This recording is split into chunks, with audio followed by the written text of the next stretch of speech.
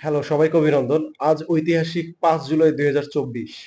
আপনি হয়তো একটা কথা বলি, আপনি হয়তো কল্পনাও করতে পারেন না যে আপনার এত ক্ষমতা, আপনার বিচারটা ঠিক কিভাবে হবে। আপনি হয়তো কখনো কল্পনাও করতে পারেন না যে আপনি এত ক্ষমতাবান, এত মিথ্যে কথা বলছেন, কিভাবে প্রকৃতি আপনার বিচার করবে। আসলে না, আদর্শহীন যদি হয়ে যান এবং নৈতিকতাহীন যদি হয়ে যান, প্রকৃতি আপনার বিচার করবেই। প্রকৃতি রিভেঞ্জলেস এরকমের নয়। কোনোভাবে মানুষদের তৈরি করে যে জীবন মৃত্যু হয়ে হাওয়ায় মিলিয়ে গিয়েছে, শত শক্তি নিয়ে সে জীবন আবার ফিরে আসে, আবার পুনরায় ফিরে আসে। তা না হলে স্বাধীনতার জন্য যারা জীবন দিয়েছিলেন, এই আন্দোলনেও কত মানুষ জীবন দিয়েছেন। কই জীবনের সেই ভয় তো কেউ পায়নি।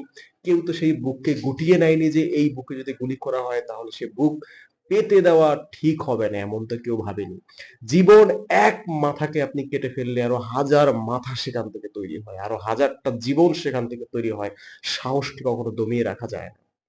তবে এই আন্দোলন থেকে একটা দারুণ একটা শিক্ষা সবার পাওয়া উচিত। সেটা হলো আদর্শহীন যেসব মানুষ, আদর্শহীন বন্ধনে যেসব মানুষ শুধু সরাসরি বেনিফিট এর বন্ধনে যারা আপনার সাথে আবদ্ধ, হে নেতা, হে গুরুজন, আপনি যেই হন না কেন সাবধান থাকুন গুরু, খুবই সাবধান। তারা কিন্তু বিপদে আপনাকে রেখে পালিয়ে যাবে। আপনারা সবাই জানেন যে এই সরকার পতনের জন্য যারা অলরেডি পালিয়ে গিয়েছে তারা কিন্তু আরো অনেকদিন আগেই পালিয়ে গিয়েছে। অর্থাৎ বুঝতেও পারেনি, অর্থাৎ কেউ বোঝার আগেই তারা ভেগে গিয়েছে।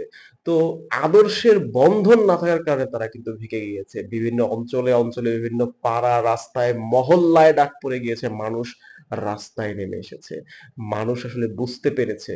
কিন্তু যারা আসলে সে আদর্শকে বিসর্জন দিয়েছে তারা কখনোই এই অবস্থা থেকে পার পাবে না। এটার বিচার হবেই। তাই আপনি যেই হন না কেন আদর্শ এবং নৈতিকতা, মানুষকে ভালোবাসুন, আদর্শকে ধরে রাখুন।